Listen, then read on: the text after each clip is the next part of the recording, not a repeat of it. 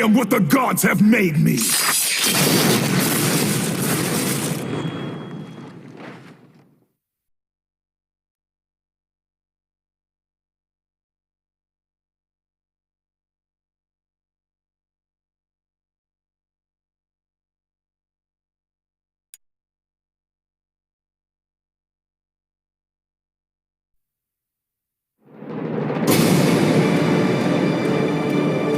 Upon defeating Ares, Kratos, the once mortal warrior, finds himself on a journey to the ends of the earth.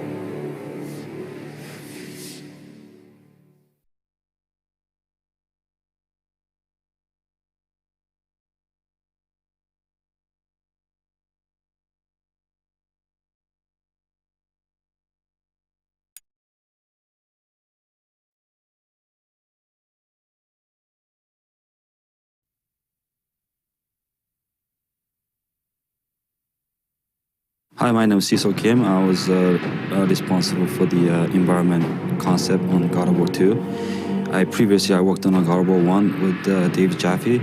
It was a really difficult process, first game, and coming out from the 3 years experience on the first game, it really got me burnt out. And luckily, second time, we had a little bit more freedom on creativity to go a little bit more free on the design, the environments. And one thing that I learned from the production was that because I easily get caught up with try to find the solution in architectural details, which was wrong because that sort of limited myself to use different ideas. And now I understand the game better because this game is about the God and it's about this larger than life. It's all about, you know, the nature and about this crazy thing happen because what that mutual power is like jealous each other or try to overpower each other. And by knowing that, I mean, it's not just about architecture, it's about understanding how the world is going to be set and how we can push it to make it just bigger than what people can imagine.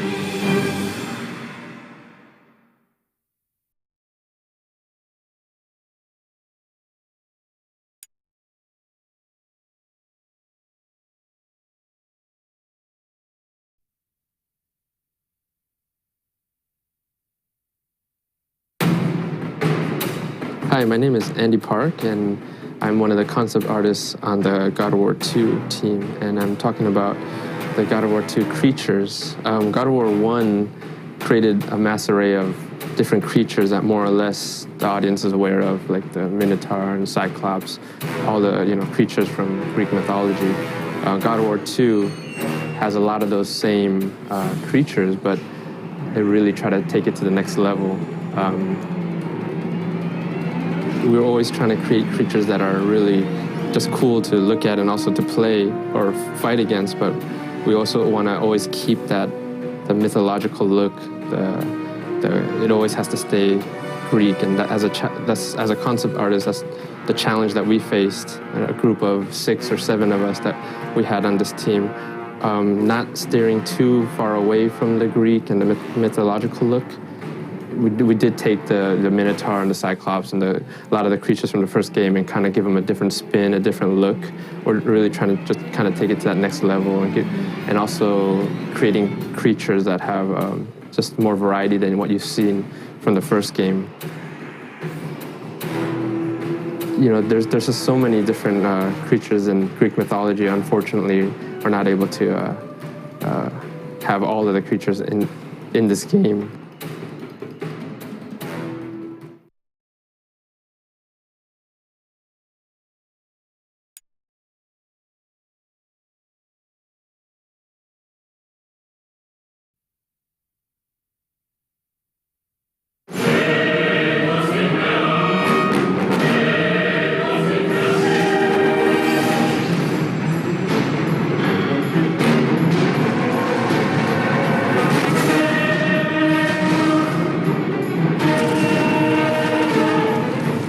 I like to think of music for video games as providing a function that is different from all other pictured media, whether you're talking about film or television. Somebody is actually performing an activity. They're holding a controller and they're doing something. And so that musical score is scoring the gameplay experience. In God of War 2, the character of the game itself is punching and driving, and swords are smashing into things. So there's an intense, percussive, slamming quality to the God of War musical score.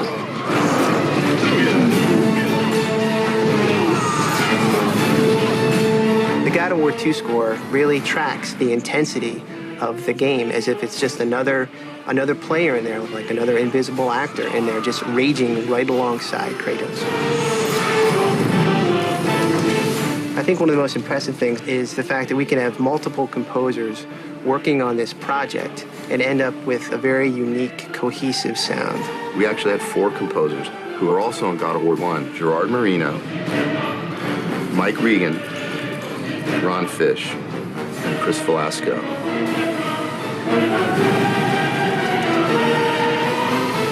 We worked closely up front with the director, Corey, to really kind of define what musical cues are going to be needed. And then we design a cue list. When we get all those cues from the composers, they're kind of raw materials. It's time for us now to kind of cut it all up and adapt it and make it work in the game itself. We spot the game the same way that directors and composers sit together and spot a movie. And we're free to do all the different things that we can do in editing and in programming the music so that it sounds like you're actually hearing a cinematic score when you play the game. This time around, we added a lot more live production. Some of the compositions are a little bit more complex and frenetic, and we really needed just like the best players to really pull this off.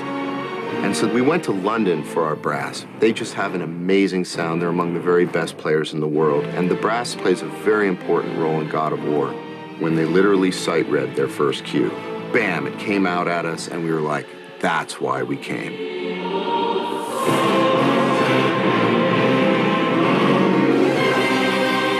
Same thing was true in Prague, where we got our strings, and we recorded a 40-voice choir. They got the music very quickly and put their hearts and souls into it. The live music then comes back and has to be incorporated back into all of the source material we received, and just sounds incredible.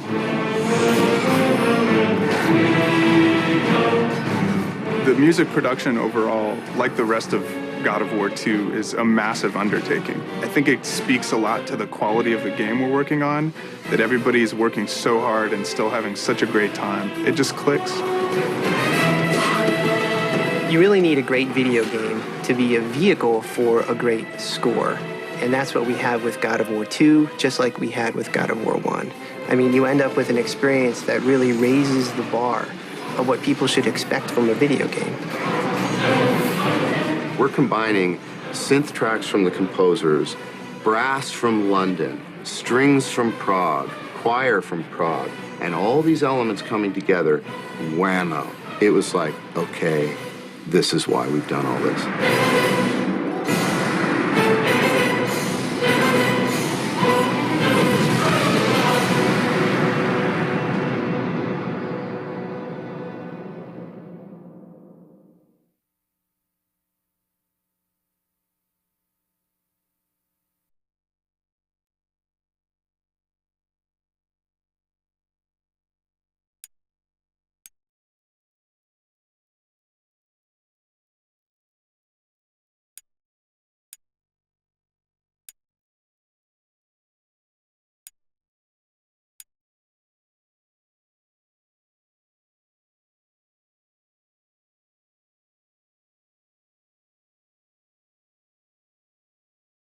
Today's important because it is the first playtest. It's the first playtest for the game, and it's the first playtest for me as a director.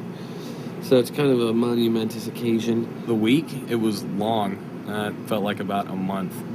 So, you know, a lot of late nights, a ton of effort, a lot of putting out fires, a lot of running around. But it's typical of this industry. Last night was rough for a lot of people, but they all pulled through, man. I'm wickedly impressed with this team. Yesterday all day, everyone's running around doing what they got to do and really kind of working like a well-oiled machine. So that was fantastic. It was problem after problem after problem, and we did as much as we could, and we got to the point where we couldn't think anymore, so we had to call it a night. Welcome to the first official playtest for God of War 2. Hopefully those guys are just smiling like, oh my God, this is the best!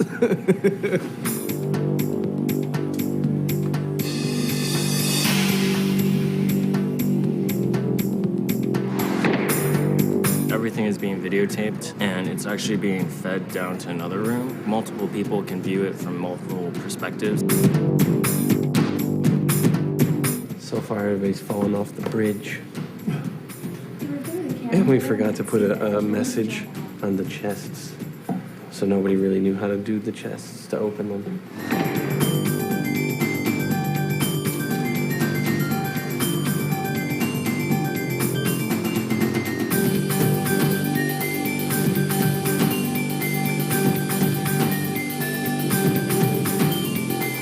I think one of the responses would be, man, this game is rad. Everything you did about it is so good. You guys rock. I want to be like you. In which case I would be like, oh, please, no. We'd be very excited, but also somewhat bummed because we wouldn't get much constructive feedback about how to make it better. The other extreme end would be, wow, this sucks. The first game was so much better. What happened? What did you do to it? And then, you know, we would be sad. The third type would be the constructive criticism, like, oh, you know what, I felt this part was a little too hard. It would really be neat if you had better enemies. The level was confusing, and I got lost at this point, which would help us on our level flow, so we go, oh, okay, that's good, we can pick something up from there. So the third is the most desired response. Chat about just some thoughts. Good thoughts, bad thoughts, anything, just throw out stuff about overall experience of the level. Integrating the puzzles with your exploration as well is great because, I mean, you're constantly seeing something new even while you're solving puzzles, which is pretty cool. They had great results. I feel honored that they worked this hard just to put together a demo for us to play. That's pretty cool. The stopping the time was real cool. That's, you know, real new. Couldn't do that before. That's going to have a whole new aspect to the game. And, you know, so far, you know, really got me hyped up to see the rest of the game. The game was received very well, even despite the little flaws that really bothered me and I wish we could have gotten fixed. People look past that. I just wanted to get everybody together. We just finished our first playtest of our first level that kind of has gone through the pipe, and it was received extremely well. It was great to see everybody kind of pulling together, and a great moment for everybody to see people enjoy it. Those of you who are barely awake, go home. Yes.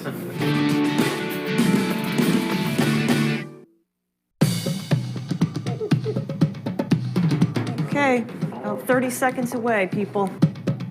Okay, people, let's do it. And a hush fell over the crowd as they ascended the staircase to Focus Test Central. First of all, welcome and thank you for coming. This is extremely important in our development process, so please be as brutally honest as possible. If you have any problems, Adam and Paul are here, and I think that's about it. These guys don't have any preconceived notions of anything, so therefore they'll catch all the mistakes that we just take for granted. Games that really heavily playtest the product really elevate themselves very far above most other games. God of War 1 was playtested like crazy, and we benefited greatly from it. The levels we did in playtest on God of War 1 were the Hades blades, and you see how well those turned out.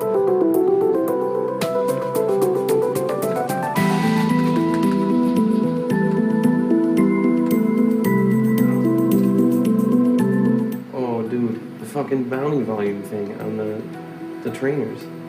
Yeah, the 2 pop away. The 3 pop away. Yo. Hey guys, please keep in mind they can't use the wind magic. We're watching number 3 right now, using the bow. Please ask them to stop. Sometimes the way you talk is really annoying, Steve. Well, you know what? I just want you to know. I find it annoying. annoying. I think it's a friend. Like, hey, you're walking too close to the edge.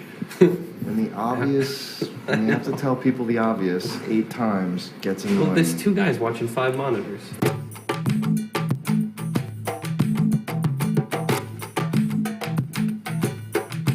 Absolutely feel free to say whatever it is.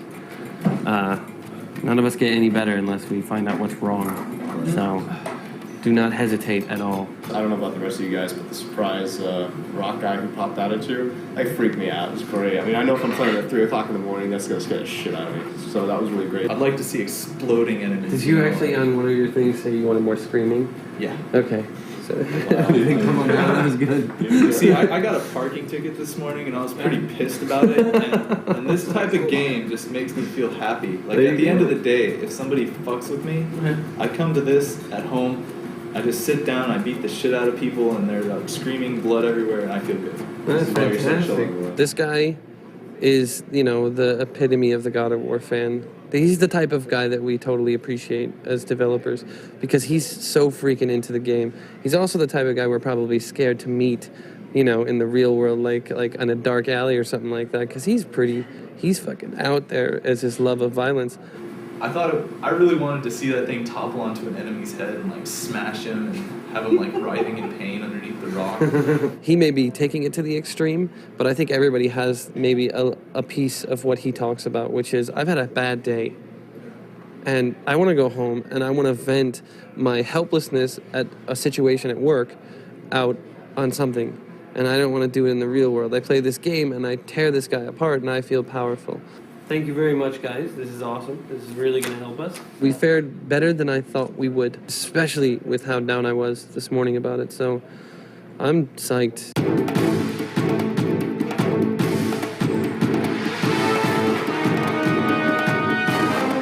Today we are testing the roads level, which is the first level of the game, the opening sequence. Roads being the first level is exceptionally important to have that huge, epic opener, kind of topping what we did in the first game. It's got to be bigger than the Hydra. They come in here and some of the stuff is arted up. They have no preconceived notions on anything. They don't know how to use any of the stuff that we've been working with the whole time. So they get all these abilities and they're just like, what the hell? What's this do? I don't understand how this works. They don't understand that something only lasts for 8 seconds.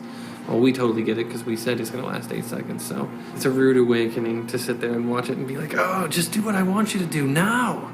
But, teaches us. We were discussing earlier how strict the time limit was. Playtesting like this is vital. The people in the studio, very close to the project, have played it a lot. You don't see the obvious a lot of times. So the feedback is always incredibly valuable because they're the target market.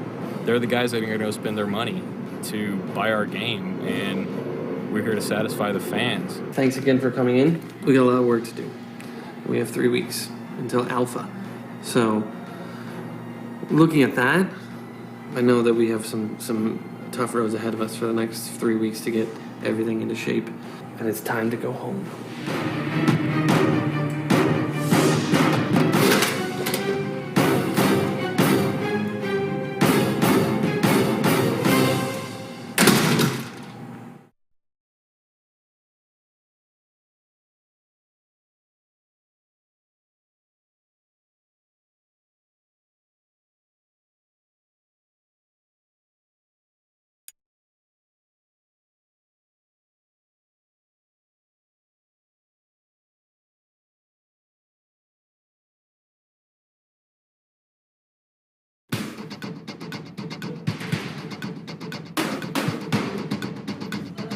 Today is our second annual Halloween party. It makes the working and kind of the more grueling hours a lot more fun when we can have a good time.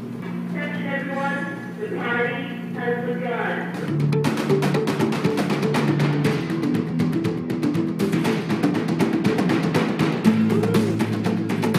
Tensions are high. I've just recently had to cut a level. We're, I think, 6 or 7 months to alpha, so I've already had to start hacking away at my baby. We had a couple meetings. We were in character meetings and we were in effects meetings, and everyone was kind of getting really tense and really stressed out. This is a lot of stuff. This is more than we thought. The realization that you've got some pretty hard roads ahead of you kind of hits everybody, I think, pretty hard. I had a meeting with the producer afterwards, and he was kind of like, maybe you should think about cutting Atlantis. And I think he was partially joking, but he was also a little bit serious on, hey, you may have to start making some cuts. And I was like, look, I'm not ready to make any cuts. I had that cheesy, what is that, Project Greenlight the first year when he was like, over my dead body, we won't get that. And it was kind of how I was, a little baby throwing a tantrum. And then I sort of realized, wait a minute, maybe this is for real. But in the end, I've learned a lot from that. Not that I'm so comfortable with it that I want to start cutting shit all over the place or anything, but I know that that's going to come again. Most likely I'll be sitting here talking to you again about what I had to cut again, and maybe 2 or 3 times after that I'll just be like, I don't care, cut some more. Maybe we'll just be cut crazy. We'll release it on like one of those really small discs. God of War 2, 7.5 minutes long. Just kidding, it's not even going to come close to that. The object of the game is to stomp out other people's balloons, much like other people's creative dreams, without having your own balloon or creative dreams stomped out. It's actually a great metaphor for game development.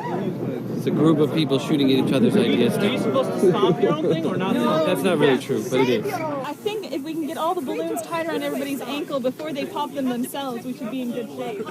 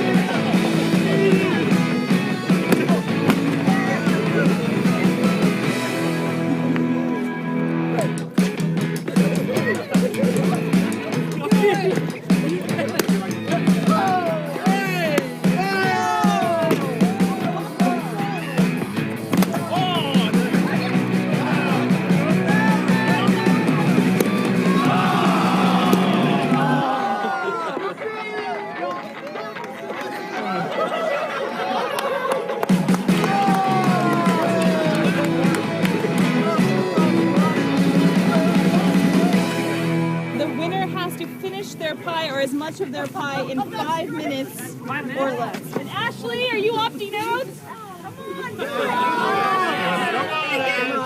You're talking trash. All right, I'll do it just because I like talking trash. I'm kind of full right now. I don't know if I can handle this delicious pie. I'm ready for this. I'm going to take it out. This is my pie.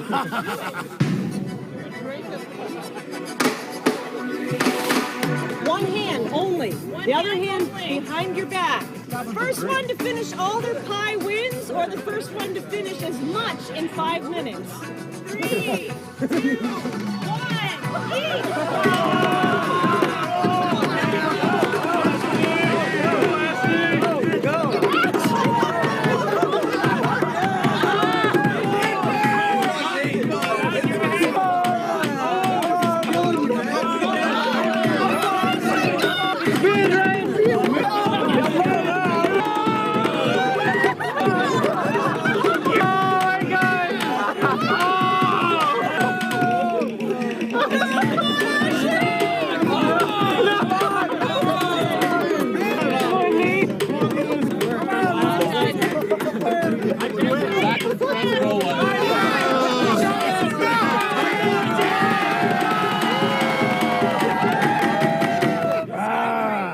Jason, how do you feel? Fool.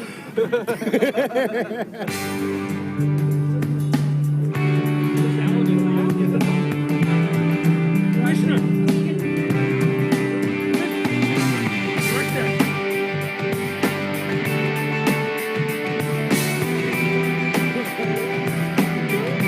I got a few trophies and stuff. I got baskets of joy, and this is my plaque. My friend Kratos. I drink to him, I salute him. I would say that I have an infinitely larger amount of respect for the concept of a game director. I never knew the half of it.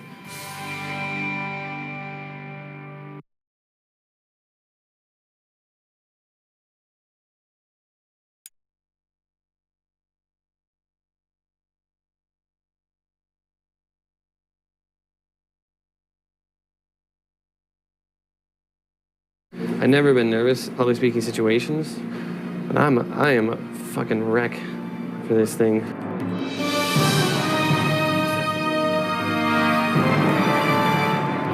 I'm going to basically be presenting the game, play through, and pray to God it doesn't crash. It'll be the largest I've ever seen this game projected, which just means any flaws are going to be like the size of a midget. Let's do this thing. You feel so much larger when you have a projected voice. Awesome. We are so completely set. It's crazy. I feel like one of those weekend seminar speakers. We loved God of War 2, but we're deaf now. As long as they love it. And that's really all that matters.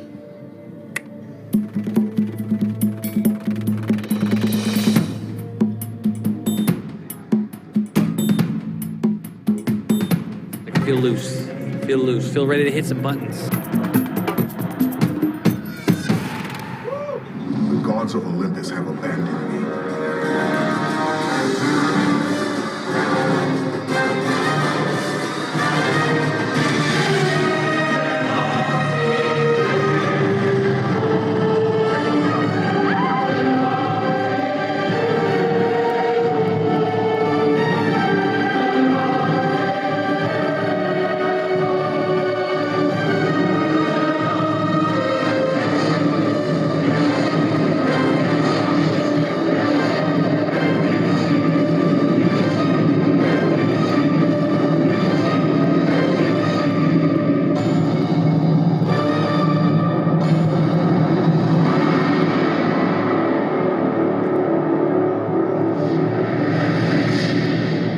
If the game crashes while I'm standing up there, it's the worst thing that could happen. Aside from me, like, sneezing and having snot hang out my nose during the press. Even then, I think that can have a funny spin to it.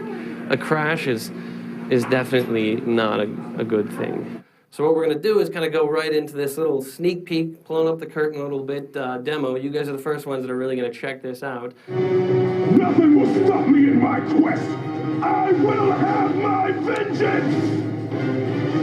One of the things we're really excited about in this game is that Kratos has to journey to the edge of the world. So instead of just having him hop on a Pegasus and play a cinematic, we're actually going to make the player fight their way to the edge of the world.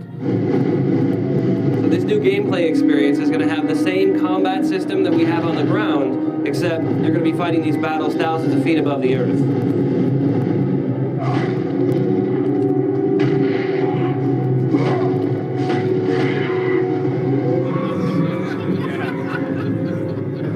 So that part of the game is actually not necessarily directly linking up to this next part of the game. We wanted to give you guys kind of a diverse experience. So as in the last game, we're really kind of mixing up the environments.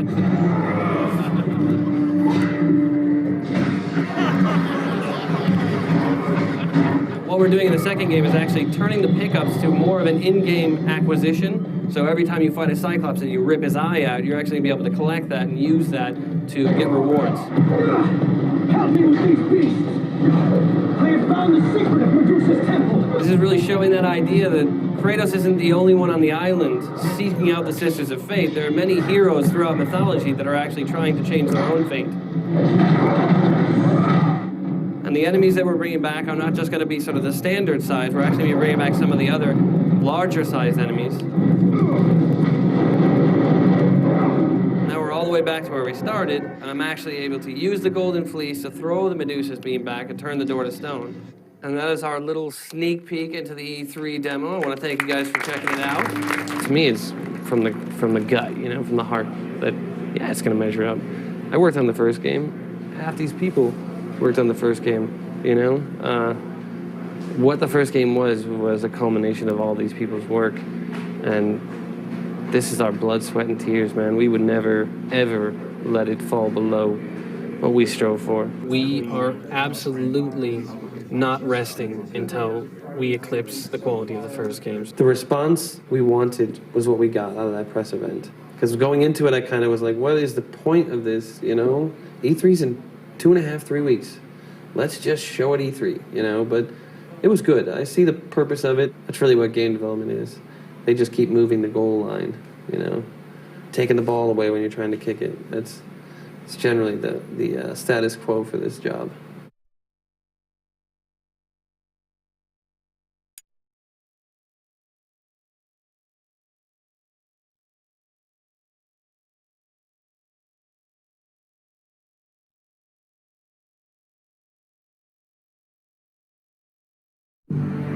How you doing? I'm Corey Barlog, director of God of War 2, and what I'm going to do is give you a little tutorial on how to use the mechanics of the game. First thing we're going to show you is the rapidly pressing circle button mechanic.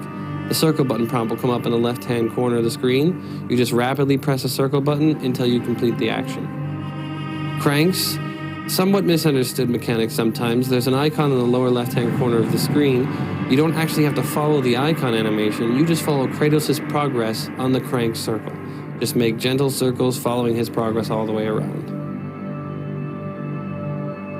The new feature in God of War 2, the grapple, has little icons throughout the world that glow, just like that. And when you approach them, they will radiate, letting you know that you're in range. This means that you can now hit the R1 button. Kratos will throw his blade out. You'll attach to the grapple.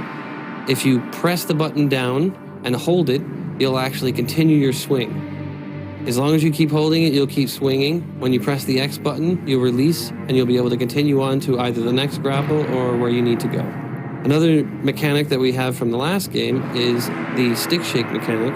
So when you get frozen by a Medusa or get hit by one of the Griffins, the stick shake icon will appear in the left-hand corner of the screen.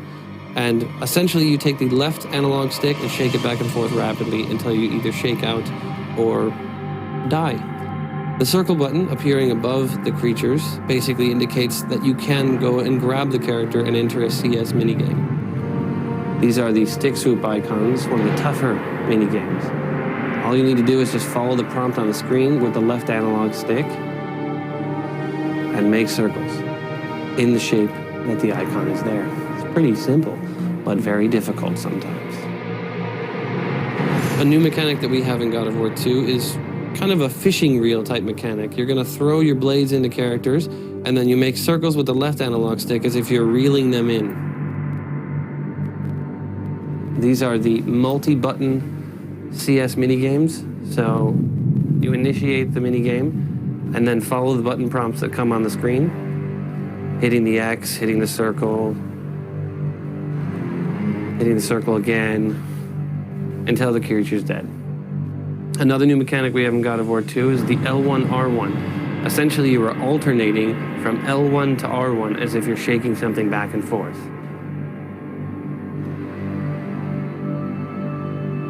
These are the Amulet of the Fates statues.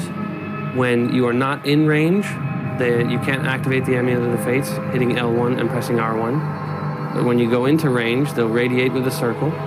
And then if you press L1 and then R1, you'll activate the Amulet of the Fates, which slows down the world time. Rage of the Titans, activated just like Rage of the Gods in God of War 1. You press the L3 and R3 command, the two analog sticks, press them in.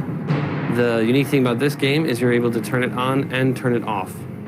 And that's it. That is the little tutorial walkthrough for the God of War 2 mechanics.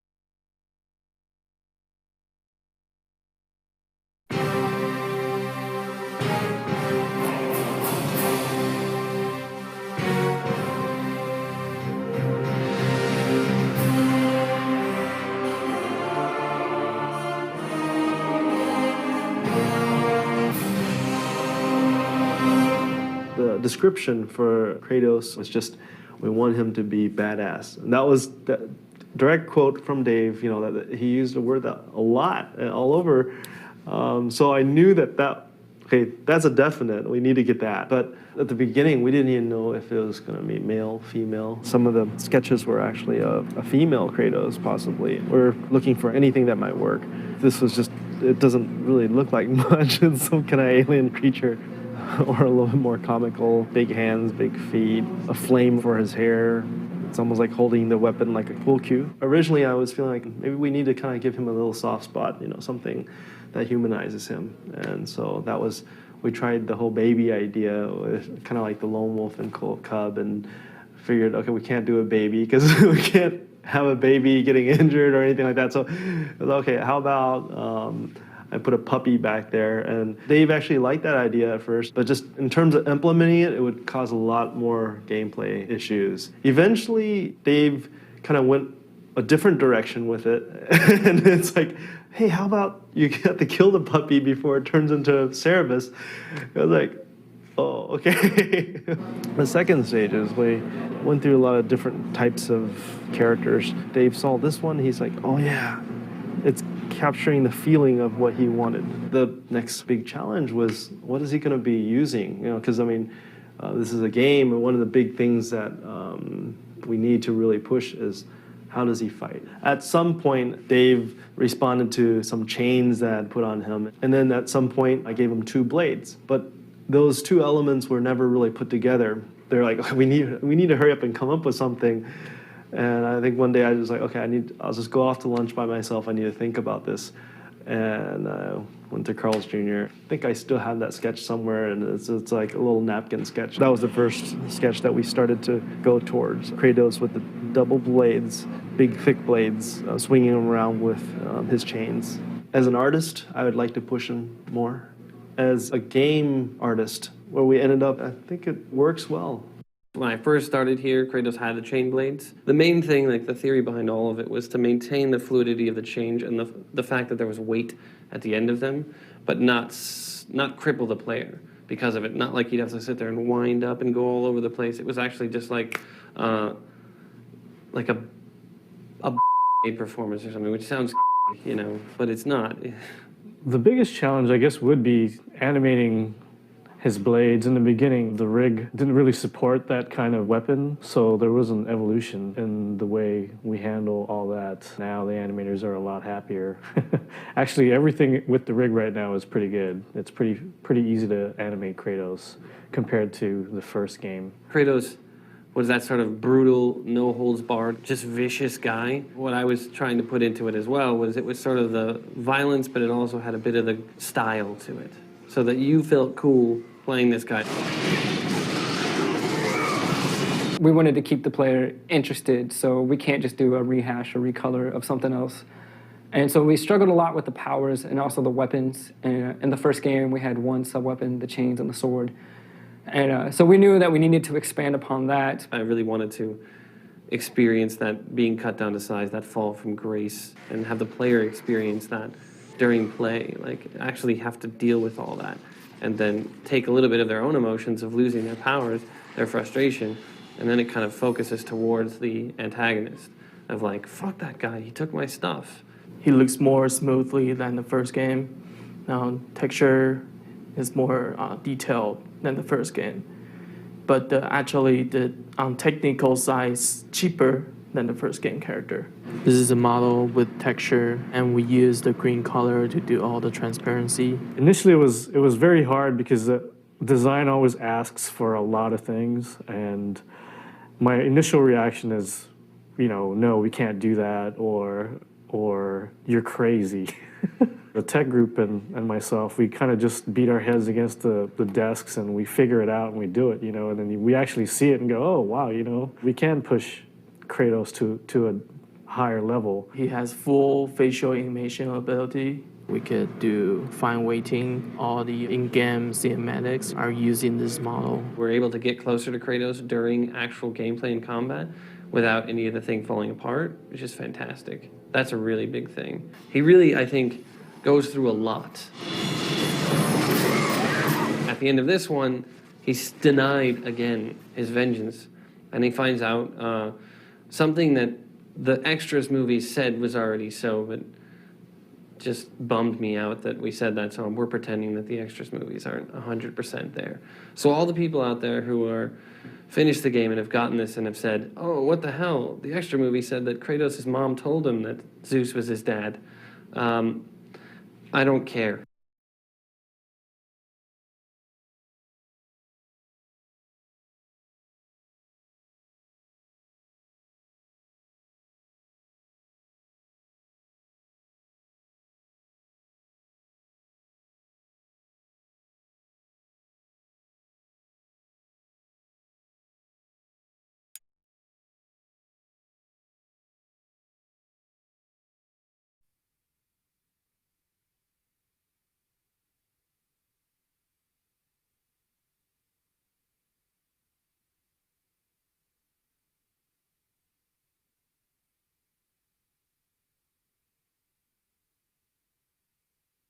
A concept artist takes the descriptions from the director and just the story, and we design all the assets, whether it's a character, environment, a prop, whatever, anything visual in the game.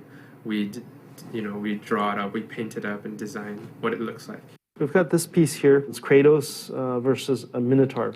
This is going to be for another Game Informer. One of the nice parts about working on this image was that I got to kind of redesign the Minotaur a little bit, and had fun with them right here. You can kind of see some of the changes going on here. One of the things that we ran into, because initially I had his head cocked a little bit further over here to his left side, but you don't see his face as well. So this was one of the changes that Corey asked me to do, was try to, cock his head back over a little bit more so we can see his face. The palace is one of the big locations. It has sort of rounder setting, and as you progress to get to the center, you get sent to the bottom, and then there's dramatic magic release, and then you get to send to the top. I was really excited about the whole concept behind it. One thing that I was able to sell to Corey was having this two monumental statue in the front, so kind of accentuate, actually step into this place, the worshipping temple. The write-up they gave me was that he would create a void, and he's supposed to take his weapon, which in this case was a boomerang, and throw it into the void, and the void would appear near Kratos and strike him. His left arm was supposed to create the void, so I started to take half his body, or one arm would be kind of black, or half his body would be draped in cloth. As I went along, I started thinking about, how about if he threw up this void? So he would just kind of come at you and puke on the floor and create this void. Corey, he wanted it to become more like black smoke. So I started playing around with those themes. This was kind of what he bought off on. I was getting really close. I just had to make some minor changes on it. I really like him the way he's looking, and just at this point, they killed it. Yeah, it's still one of my favorite pieces. It was a nice exercise in development. What I was told was that this is where the boss fight is going to happen between the Sister 1 and Sister 2 and yourself. And the limitations were on this one that it's opulent, just to bling it out, and it's just really grand. With a couple back and forths, I came up with the final image. It's a lot of detail because basically they need this in order to build. Right in these areas, there's like these blue rectangle things. And I was thinking maybe it's just like a top of a pillar, so it could be, metallic or something. But Ken Feldman, he interpreted it as blue velvet pillows. So he actually modeled like blue velvet pillows in that environment, which is totally fine. It could be seen as a place of worship, so maybe people were to sit on them and stuff like that. But so yeah, seeing their take on your idea, ultimately it's their idea, but our concepts, and seeing it in a 3D form coming alive, that's where like the reward comes from. All I was really given about the character Oceanus was that he resides in a lake and then comes up out of the lake and starts to wreak havoc on the gods around him. This is what I came up with. Just a lot of variations of the Titan body. The reaction to these was less than stellar. They thought, well, he looks like the other guys, and what are you doing? With the help of my VizDev team, we were able to kind of push it outside of the box and really make some strange, bizarre things. And my team pushed me and told me, let's make this really weird and not worry about how it works. Just make it cool. This had a much more favorable reaction, but not there yet.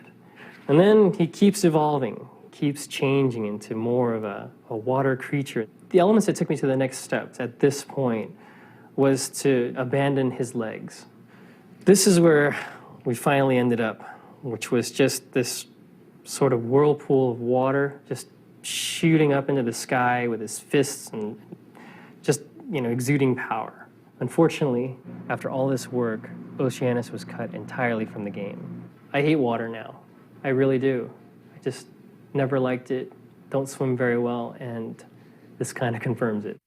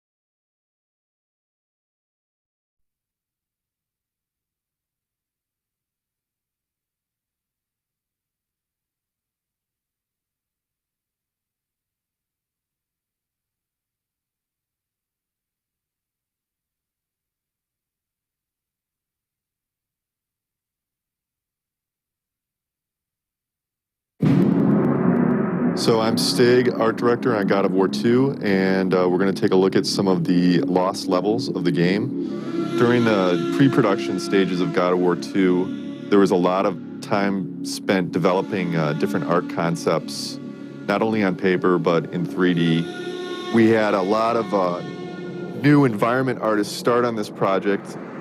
Almost more than half of the environment team was fresh from other companies, and one of the things that we like to start them with is kind of building these test levels that gave them a chance to learn all the different techniques that we had created on God of War 1.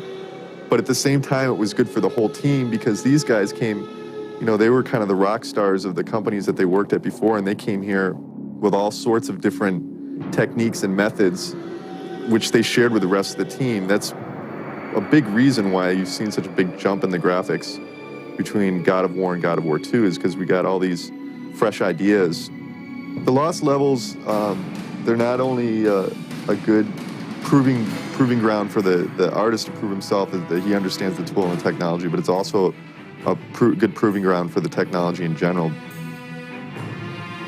Designing something like a Pegasus level is something that's very challenging for an artist. Because we've never done anything like it before. Everything from just the way that we build the geometry at a different level of detail because it's farther away from the camera to little things like the effects. This is kind of the canyon run stuff that we didn't get as much of it or any of it as we wanted to get. Atlantis was going to be an entire world in the game, and we lost that one too. Unfortunately. Maybe it'll come back some other day.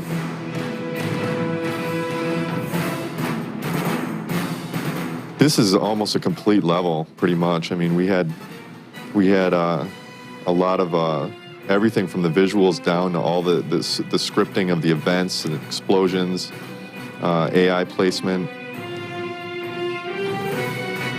It's very sad that it had to get cut. I remember when I heard about it, I was in denial for a few days, but we made our way through it, and I think we were all very happy with the other levels, so it's nice that we got to make it onto the lost levels.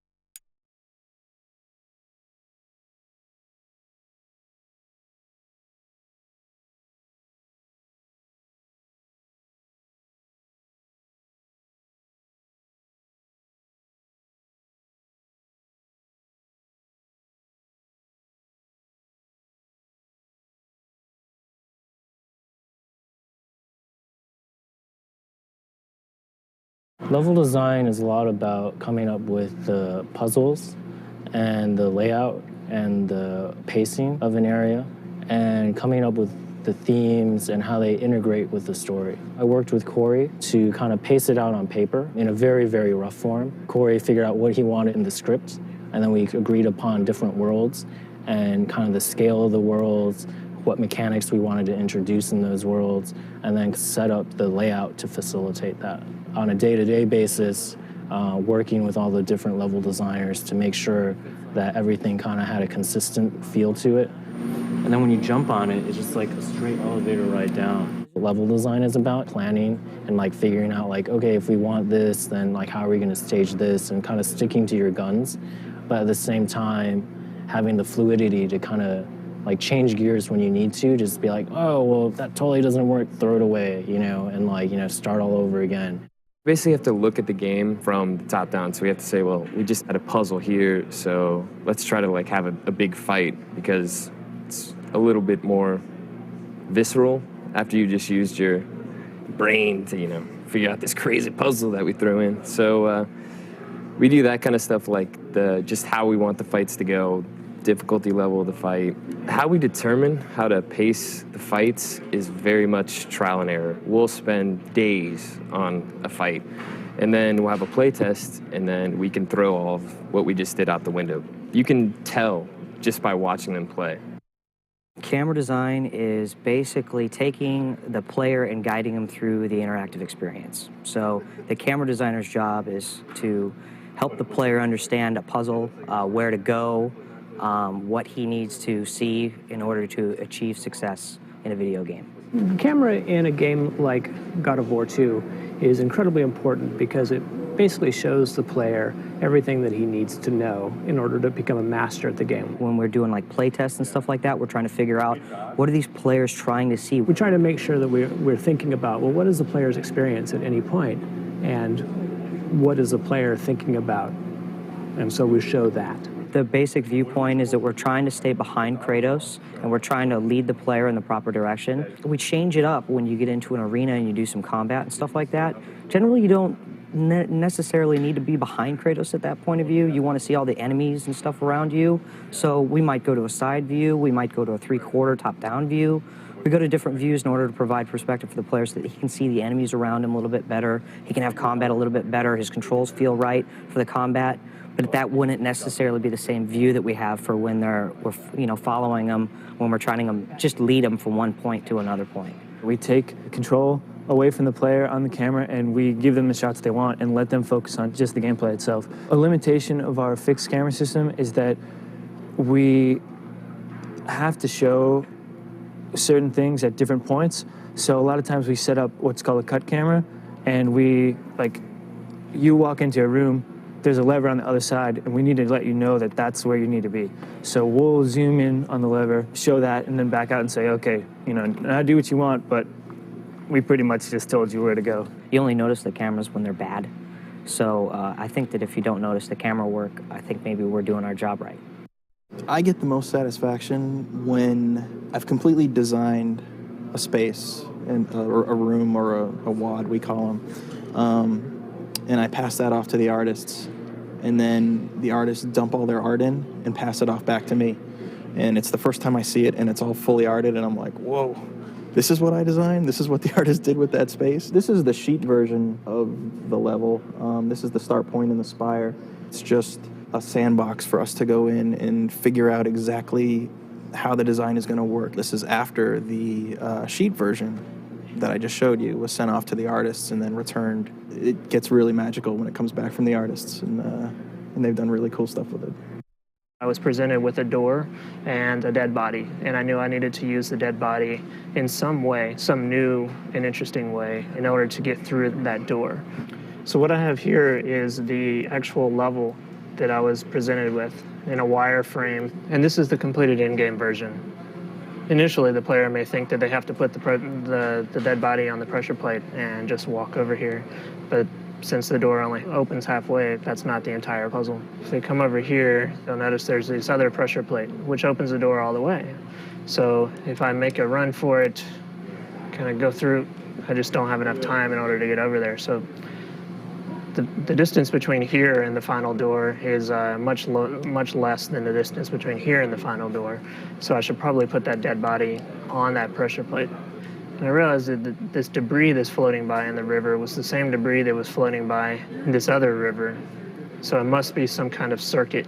So I put the dead body into the river just to see what would happen. And come over here and check in, and oh, there's my dead body. So pick that bad boy up, put him onto the pressure plate. That opens the gate halfway. Now I'm closer to the door, so I should be able to make a break for it and run over here and exit through the door just in time. For me, I just kind of first start off with just imagining just what would be the coolest possible scenario that someone could go through on a grapple sequence given the parameters. And then I'll start going down on paper and just drawing, sketching out the rough ideas. And then from there I go into Maya, and then I'll start actually building out the level, putting the points in, and then I'll start going in there and tweaking it and tuning it until it's done.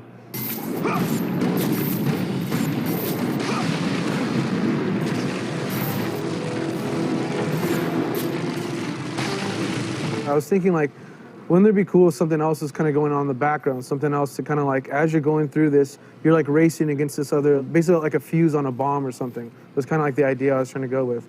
And something also visually, so when you're going through this, you're shit, that's awesome, like this is like a really cool sequence. So am I gonna make it? Am I gonna make it? Am I gonna make it? That's kind of like the ramping up that I wanted to feel, and then like that last moment when you're flying through, and then you make it, and then you're like, whew, you know, I'm done. I hope in the end, you know, even if you're restarting and playing through a couple times, that it's not that long, and you'll be able to get through it, and you'll be able to have a, you know, an awesome experience. So.